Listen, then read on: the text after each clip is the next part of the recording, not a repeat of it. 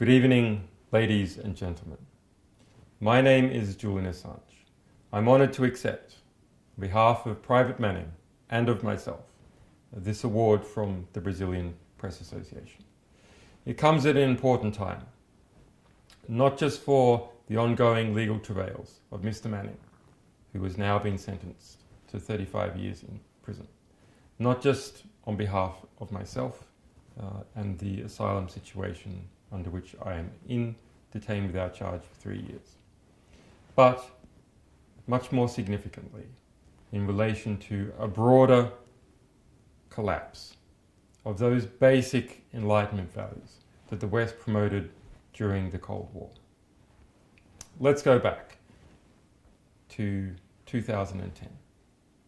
The Pentagon issued a formal public demand before the entire world, 40-minute press conference, demanding that WikiLeaks destroy everything that it had published in relation to the Pentagon, demanding that WikiLeaks destroy all upcoming publications, demanding that WikiLeaks cease dealing with US military whistleblowers, solicitation, as they put it, of sources, as if to describe journalism as some kind of prostitution. Well, we thought those demands were immoral. We made a promise to our sources, we made a promise to the public, to publish fearlessly in the face of all pressure. And we pushed forward. And yes, there was a very significant battle. And yes, the Pentagon has repeated those same demands on September 28th last year. And yes, there is an ongoing criminal investigation run by the Department of Justice in the United States. But on those 3 major demands made by the US government, not a single one has managed to be enforced. The Pentagon was not, as it said it would do so, able to compel WikiLeaks to destroy even a single page of the information that it promised to publish. That was 2010. Let's step forward. Well, WikiLeaks, the organisation, has continued to publish. We publish more than 1,000 pages a day, on average.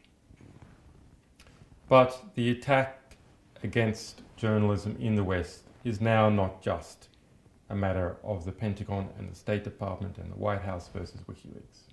It is now open slather on Western journalists.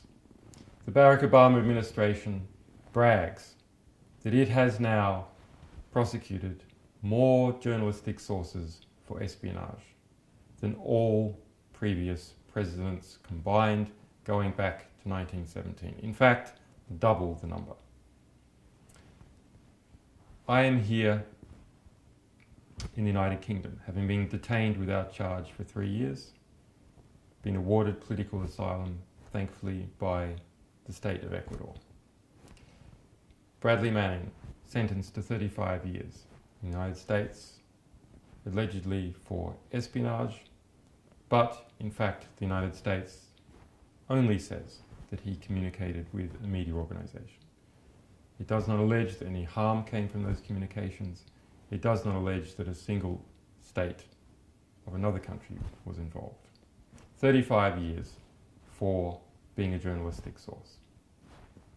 Glenn Greenwald, originally from New York, is now in effective exile in Brazil. Laura Poitras, originally from New York, also involved with the Edward Snowden affair, is now in effective self-exile in Germany. Sarah Harrison, one of our reporters, who saved Edward Snowden from an uncertain fate in Hong Kong. Where is she now?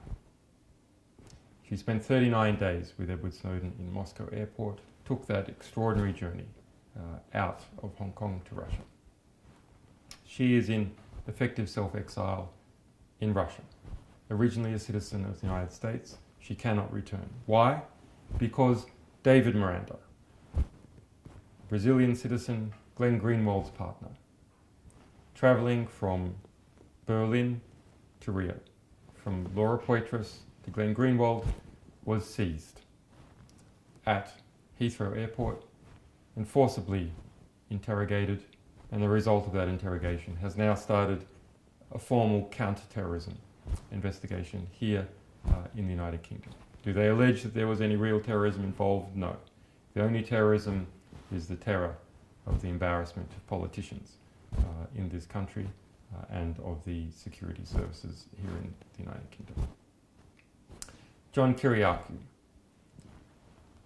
the CIA whistleblower who allegedly revealed that the CIA was involved in waterboarding. Did those revelations lead to the prosecution of people in the United States for committing torture? No. They led to the incarceration for 2 years of John CRIOU.